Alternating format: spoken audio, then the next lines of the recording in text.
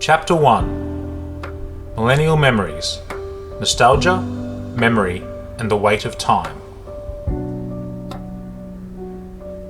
Part 1: Nostalgia and the Architecture of Memory. What people often call a uniquely millennial obsession with nostalgia probably isn't unique at all. It's more likely a response to a particular stage of life. As people move into their 30s and 40s, responsibility tends to peak. Work becomes more demanding, financial pressure increases, family roles shift, and the support systems that once felt permanent begin to fade. In that context, nostalgia isn't indulgent, it's functional. A temporary return to a time before those pressures existed. What makes it feel stronger now isn't that we feel it more deeply, it's that we have access to it. Photos, videos, music, media. Our past isn't just remembered anymore, it's stored, searchable, replayable. But memory itself isn't fixed. Some people remember in images, others in sound, others through feeling, triggered by something as simple as a smell or a moment. For some, memory isn't even linear. It's fragmented, associative, emotionally anchored. So nostalgia isn't really about going back. It's about how the mind rebuilds what came before. Part 2: Time, Perception, and Cultural Cycles. That pull towards the past doesn't just exist within individuals. It exists in culture. We see it in fashion, in music, in film, in ideas. Things return, but not exactly as they were. They're reshaped, reinterpreted, reintroduced. What feels new is often something familiar, rearranged. Each generation believes it's discovering something original, but more often it's rediscovering what came before through its own lens. And just like memory reshapes the past, culture does the same. It filters, it simplifies, it keeps what resonates and lets the rest fade, which raises a deeper question about time itself. We divide life into past, present, and future. But those divisions may not be as solid as they feel. The past exists only as it's remembered. The future exists only as it's imagined.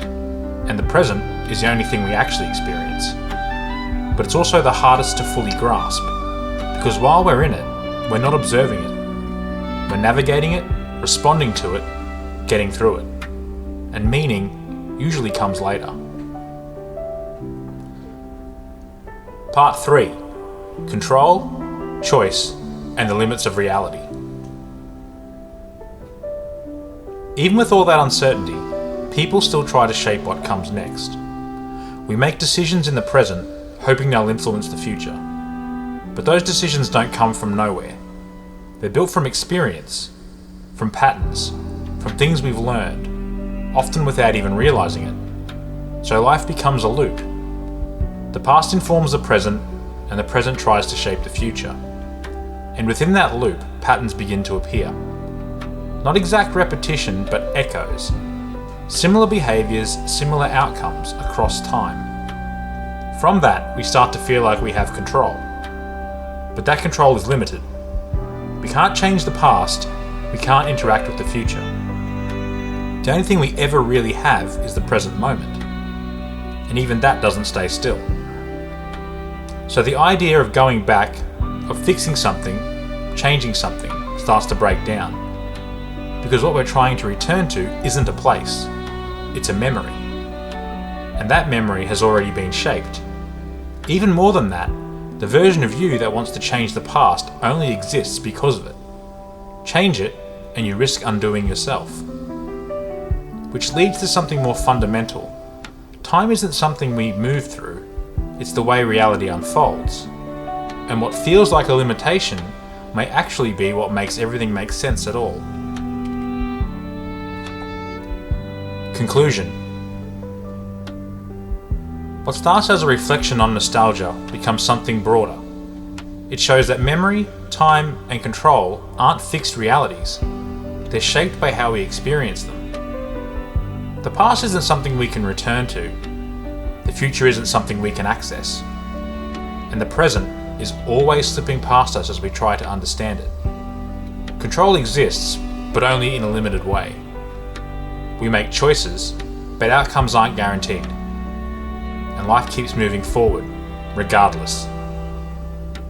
So the goal isn't to escape time, it's to understand its limits. Because meaning isn't found in going back or getting ahead. It's found in continuing forward, within the only moment we ever really have.